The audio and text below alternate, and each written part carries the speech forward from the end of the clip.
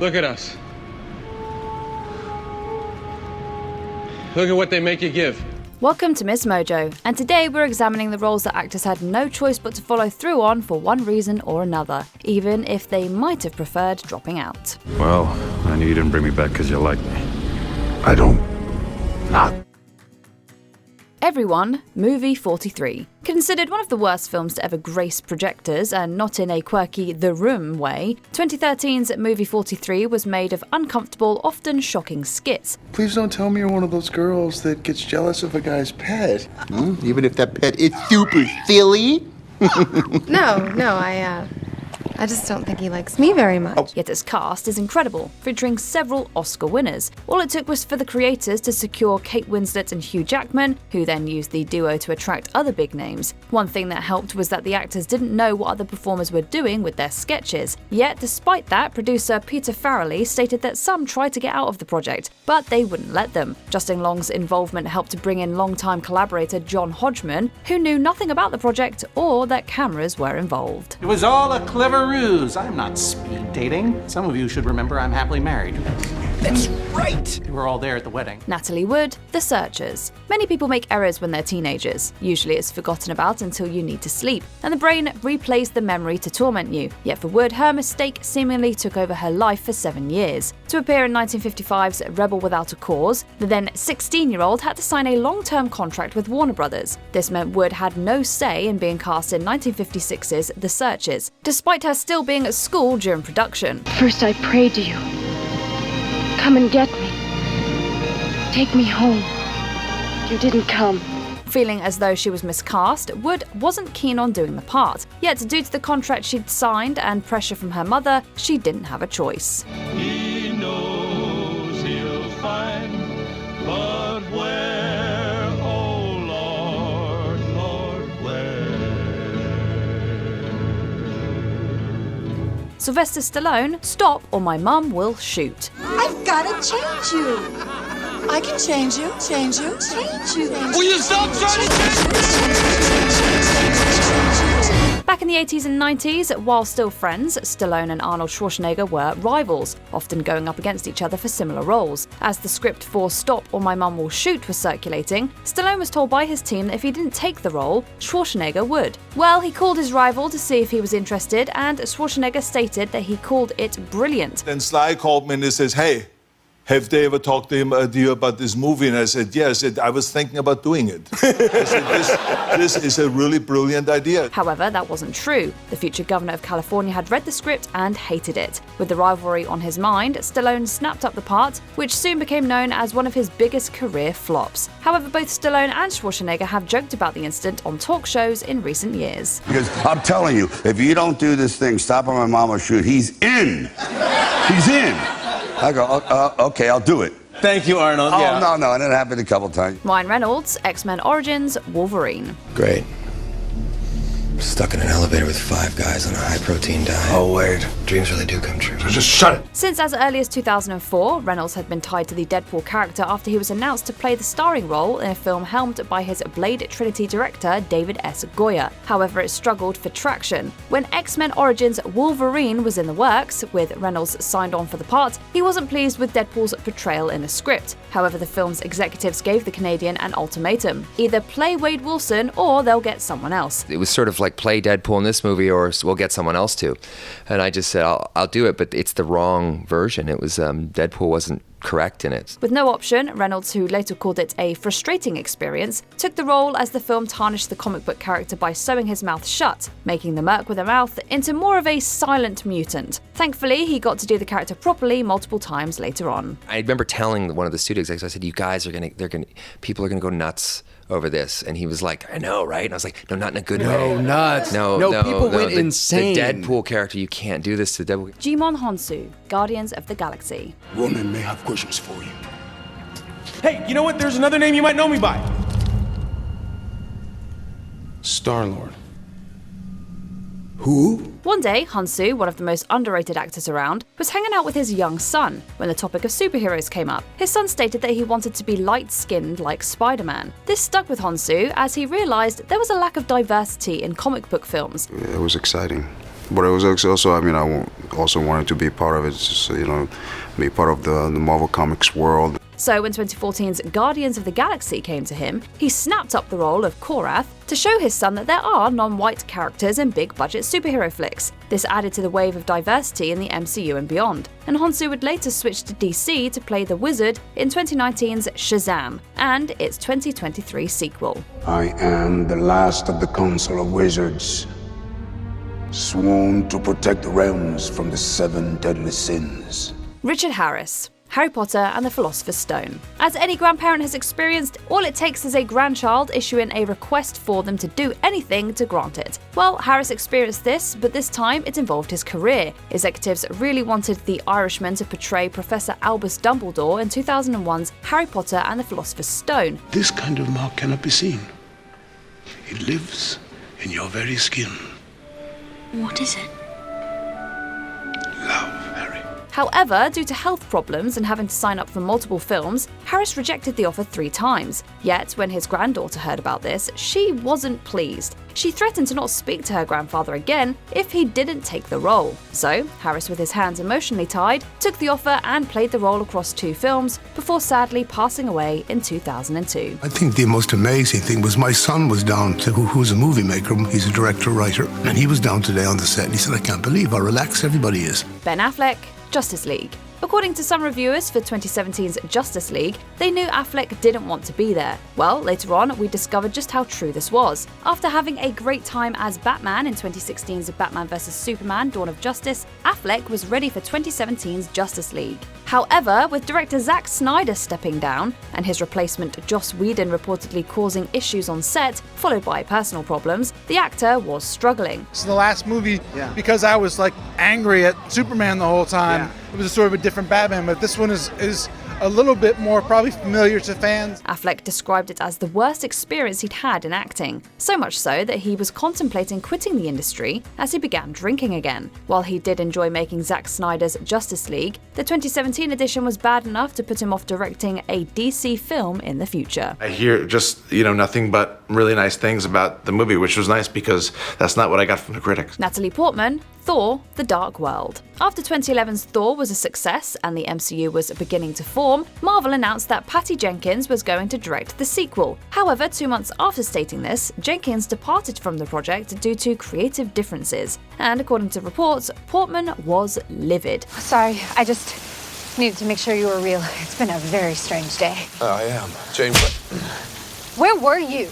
She'd been a key supporter of giving Jenkins the role, which would have made her the first woman to direct an MCU project. While Portman played the role of Jane Foster, she made it clear it was under duress of a contract, and she reportedly refused to do reshoots, requiring others to step in. Unsurprisingly, she didn't return for 2017's Thor Ragnarok, but seemingly, time can heal some wounds as Portman reprised her role in 2022's Thor: Love and Thunder. If you can't say Mighty Thor, I'll accept Dr.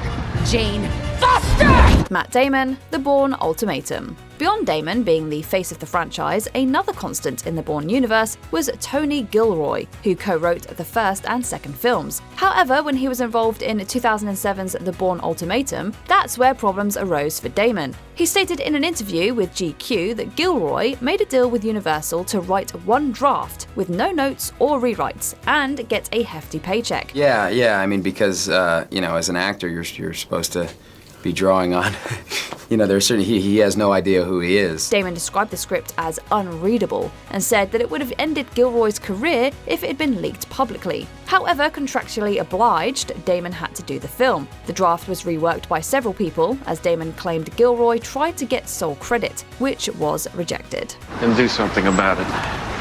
Everything you need is in there. Everything.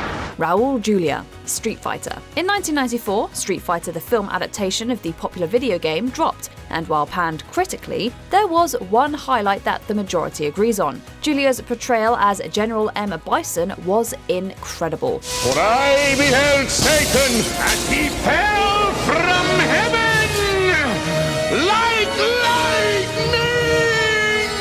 Yet what makes it even more impressive is that he did the role of the imposing villain as he was battling cancer. When the role was pitched to him, Julia mentioned it to his kids, whose eyes lit up as they were big fans of the game. With that in mind, he felt it was something that he had to do and signed up for the role. Sadly, Julia wouldn't be able to see the film come out to the general public as he passed away a month before its release. Children play the video game, and as soon as I mentioned the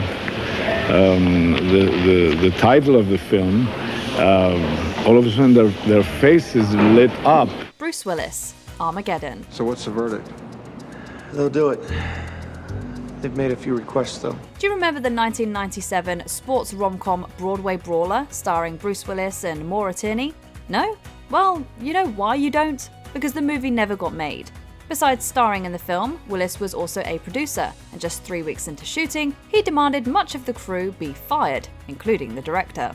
This led the Walt Disney Company to shut it all down. While they could have sued Willis, they instead agreed to a deal in which he would make 3 movies for the company at a reduced rate, the first of which was Armageddon. Willis was paid just $3 million for the movie, as opposed to his going rate at the time, which was $20 million. Not a choice, it's a lack of options. Pierce Brosnan, Remington Steele. Have we met before? I don't think so. Odd. You look vaguely familiar. Pierce Brosnan became a star thanks to the 80s television show Remington Steele. It's probably thanks to that show that he was cast as James Bond. However, it was also because of that show that he didn't become Bond sooner. You see, the action TV series premiered in 1982 and was cancelled in 1986, at which point Brosnan was offered the role of Bond in the upcoming film The Living Daylights. However, NBC then reversed their cancellation decision, and Brosnan was contractually obligated to return to the series. Not wanting the character associated with a currently airing television series, the film's producers rescinded their offer and gave the role to Timothy Dalton. It would be 8 years before Brosnan finally became Bond, James Bond. James Bond. Winona Ryder, Boys. Bud Valentine? You know, there's a pitcher named Bud Valentine. He pitches for Pittsburgh. That's him. The film Boys, starring Winona Ryder and Lucas Haas, was both a critical and commercial failure back in 1996. And this probably didn't come as much of a shock to those who made it. Director Stacey Cochran has stated that she and the studio had a falling out, and there was an extensive involuntary editing process that ruined the movie. As for Ryder, in his biography of the actress, Nigel Goodall makes it clear that last-minute changes to the script had her regretting what she'd gotten herself into. But the contract was signed, and she wasn't getting out of it, even though she would have liked to. You wouldn't like it. Yes, I would. Not for long. Alec Baldwin, Rock of Ages. Here's a toast to all of us who are breaking our backs every day. At first, everything was great. Alec Baldwin signed on to be in Rock of Ages, excited to work with director Adam Shankman and some of the other stars like Tom Cruise. But the honeymoon ended early, as Baldwin admitted in an interview back in 2013. A week in, you go, oh god, what have I done? What he did was try and get out of it. While reporting at the time mentioned medical issues for Baldwin's desire to leave the production, it would appear that the truth is he just thought the film was going to suck. Needless to say, the studio didn't let him out of his deal. I'm not interested, sweetheart, and I need you two to get back to work right now. Stanley Tucci, The Lovely Bones. Remember me? You remember me. I live right down the street, down in the greenhouse. Mr. Harvey. Stanley Tucci didn't try to get out of his contract to star in The Lovely Bones because he hated the film. It was because he hated his character. Tucci plays George Harvey, a serial killer who targets youths, in the 2009 Peter Jackson movie. As he told Entertainment Weekly, it was a tough experience playing such a horrible person. He even questioned Jackson as to why he was cast and actively tried to get out of it before they began filming. Not only did he not get out of his contract, but he ended up getting an Oscar nomination for his performance. I have to go. I don't want you to leave. Val Kilmer, Top Gun. You are still dangerous. You can be my wingman anytime. That's right, it might sound crazy, but Val Kilmer basically had to be forced to play Iceman in Top Gun. Kilmer had already given Paramount 2 films in their 3-movie deal, and he, as the math would indicate, owed them 1 more. Well, it was because of that deal that Kilmer even went to meet with the director of the film, Tony Scott. While he still didn't want to do it, finding the script silly, Scott and his contractual obligations convinced Kilmer to be in the film. He didn't need any convincing to reprise his role in the 2022 sequel, Top Gun: Maverick. Kilmer even openly campaigned for it. One last thing. Who's the better pilot? You or me?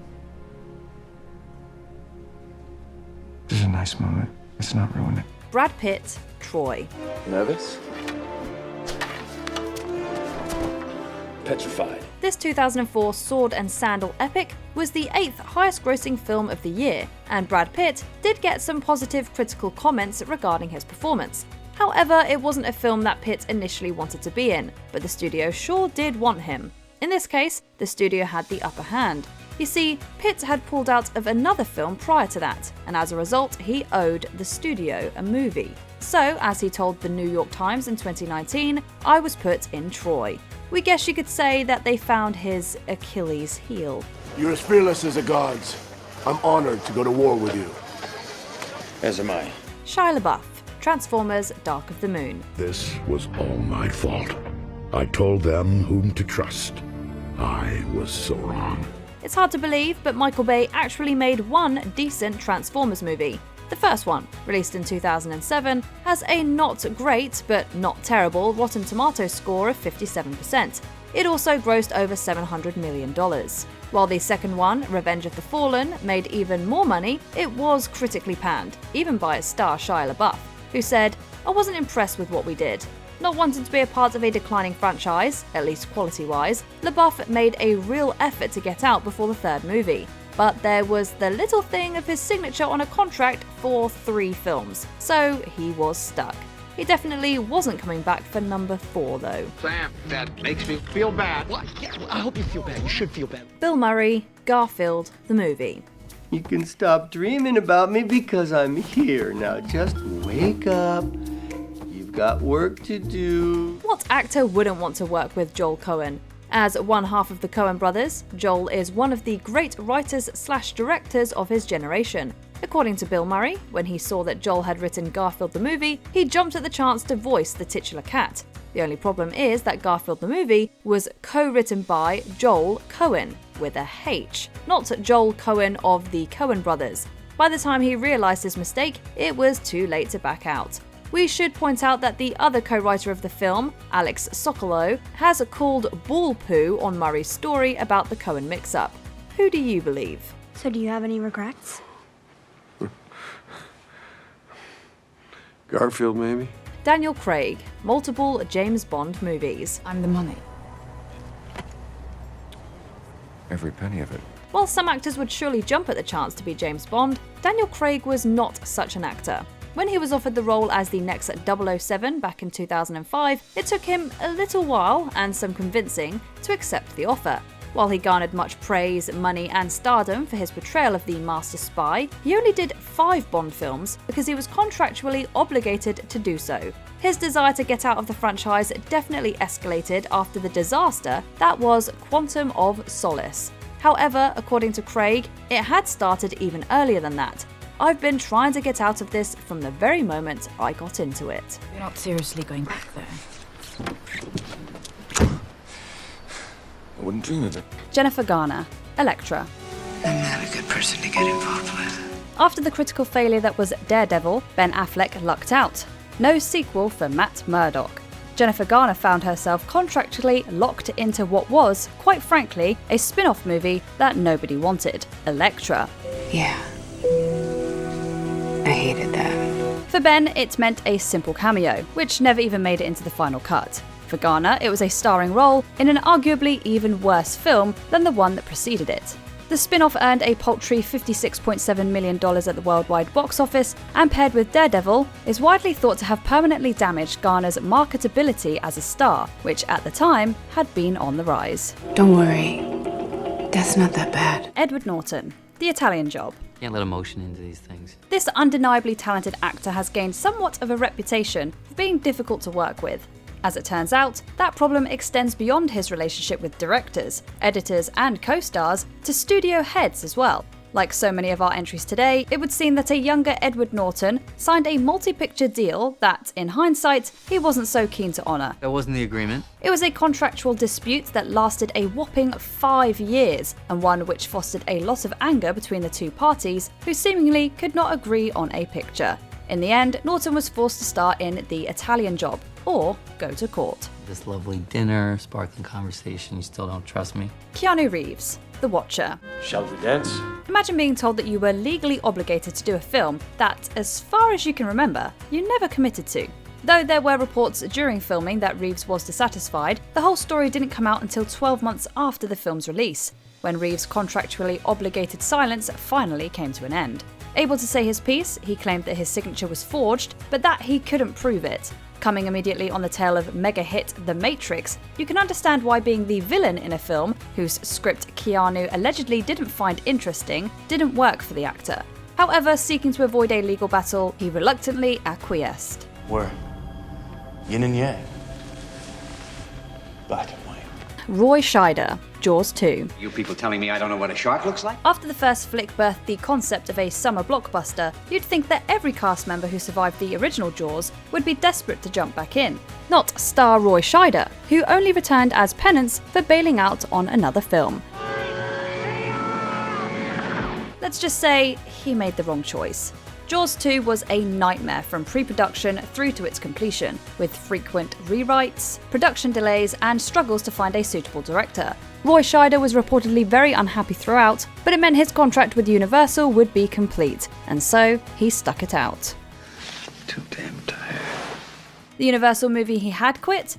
The critically acclaimed Deer Hunter, and in the starring role no less. One shot is what it's all about. Deer has to be taken with one shot. Channing Tatum, G.I. Joe, The Rise of Cobra. Self-preservation. I'm taking you in, Rex. For young up-and-coming stars, it can be tempting to sign multiple picture deals. Guaranteed work? Why not? But a few years down the line, and you could find yourself forced to play roles you hate in films that make you cringe. It's a lesson that Channing Tatum learned the hard way after signing a 3-film deal with Paramount. I'm going to make you very unhappy. I'm already unhappy. G.I. Joe might have helped increase his public profile, but after the fact, he has been vocal about hating it, and very clear that he only accepted the role of Duke under fear of legal action. Drive it like you stole it. Emily Blunt, Gulliver's Travels. When do you return home, noble and awesome Gulliver? Talk about missed opportunities. In hindsight, Emily Blunt has claimed that she's happy that she didn't wind up in the role of Natasha Romanoff, aka Black Widow, given that women in superhero films tend to take the back seat to the male leads. Fair criticism. But to think that Gulliver's Travels was the reason that she didn't get the part, well, that's just painful. It's just that I was talking with the giant and lost track of time. I trust not this beast. As Variety reported in 2009, a contract signed with 20th Century Fox back when Blunt played a role in The Devil Wears Prada gave them enough leverage to force her participation. And so, Emily Blunt missed out on the MCU, and instead got to play the pint-sized Princess Mary. Now you're being cruel and, frankly, melodramatic and acting like a complete baby. Mike Myers, The Cat in the Hat. Look on your face, looks like you saw a monster. A monster? Where? For those who grew up loving The Cat in the Hat and Dr. Seuss's other colourful stories, this movie might have felt like a slap in the face. And though Mike Myers has made some rather questionable movie choices over the years, it seems that his participation in this particular travesty was not of his own volition. Why, I'm the Cat in the Hat! When a script bringing his SNL character Dieter to life proved subpar, Myers reportedly backed out of the film, and Universal sued.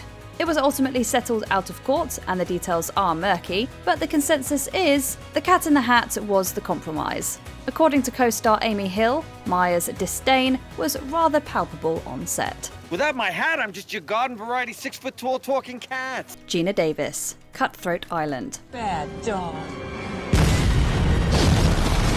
This action-adventure rom-com is widely recognised as one of the biggest box office flops in cinematic history, and the film that took pirate films off the map until Disney took on the genre years later. Cutthroat Island would not have involved Geena Davis if she'd had her way. When co-star Michael Douglas dropped out of the film, Davis saw the winds changing and tried to jump ship as well.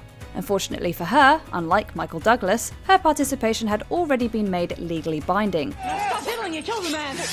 In addition to sinking production company Carol Co. Pictures, it is also remembered as the film that irreparably damaged Geena Davis's career. Sweetheart, I promised I'd take care of you. Marlon Brando, Desiree. What exactly do you wish to be? Unlike so many other films on our list today, this 1954 picture by 20th Century Fox was reasonably well received by critics, earning 2 Academy Award nominations for costume design and art direction. The film is far from a masterpiece, and as far as Brando's filmography is concerned, is a little more than a forgettable footnote. Had Brando gotten his way though, it wouldn't have had a place on his resume whatsoever. I must go now. Say goodbye to my family. I'm leaving for Paris in the morning. However, after signing on to play in The Egyptian from 20th Century Fox, he walked away due to problems with the script. Fox sued, and Desiree served as the forgettable compromise between the actor and the studio. French standards in the dirt. Before we continue, be sure to subscribe to our channel and ring the bell to get notified about our latest videos. You have the option to be notified for occasional videos or all of them. If you're on your phone, make sure you go into your settings and switch on notifications. Whoopi Goldberg, Theodore Rex. What are you doing? Kids these days aren't very familiar with Whoopi Goldberg, but the EGOT winner was once a truly marketable star. Though she continued to land some solid roles after this farce of a film, it's hard not to draw a correlation between the overall dip in quality roles and her involvement with the one Theodore Rex. Get me down. Now! Goldberg verbally agreed to do the film in 1992 and then tried to back out, only to be hit with a $20 million lawsuit. In the end, Goldberg begrudgingly played the part, but continues to insist that it's one of her biggest regrets. After terrible test screenings, the film was sent straight to video. Duh. If any of these actors mentioned in the video didn't have to do the part that they were forced to perform, who would you select to replace them? Let us know below.